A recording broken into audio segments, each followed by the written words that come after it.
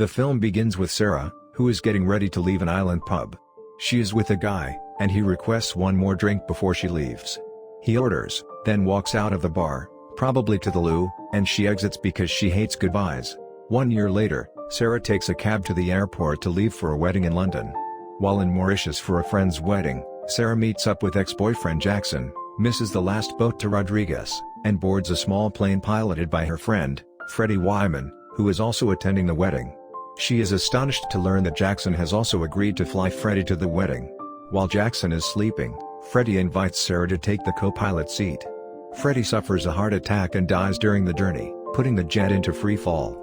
Sarah and Jackson survive, but the autopilot is disabled, and they must rely on Sarah, whom Freddie has taught some rudimentary flying skills, to fly the plane to safety. They make contact with Samuel, a local air traffic controller, via shortwave radio, and he tries to guide them to safety, but they must first fly through a storm. They make it through the storm, but not before damaging their compass. The plane is also losing fuel at an alarming rate. Jackson agrees to get out of the plane and try to patch a gasoline line. He smashes his arm horribly while succeeding.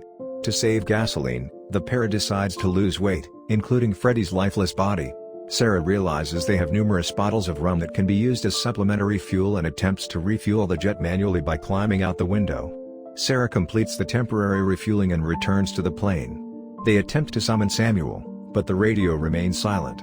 They spot a small island and attempt to glide the afflicted plane to the island as the plane runs out of fuel. The plane crashes and flips into the sea.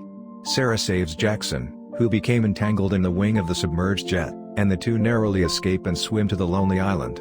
They arrive at the island only to learn that it is really a sandbar that will vanish once the water rises.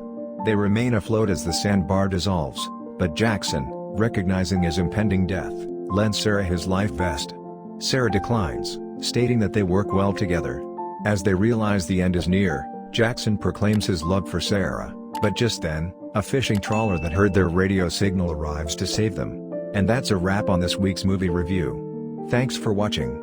Remember to hit that subscribe button and turn on notifications so you never miss an episode.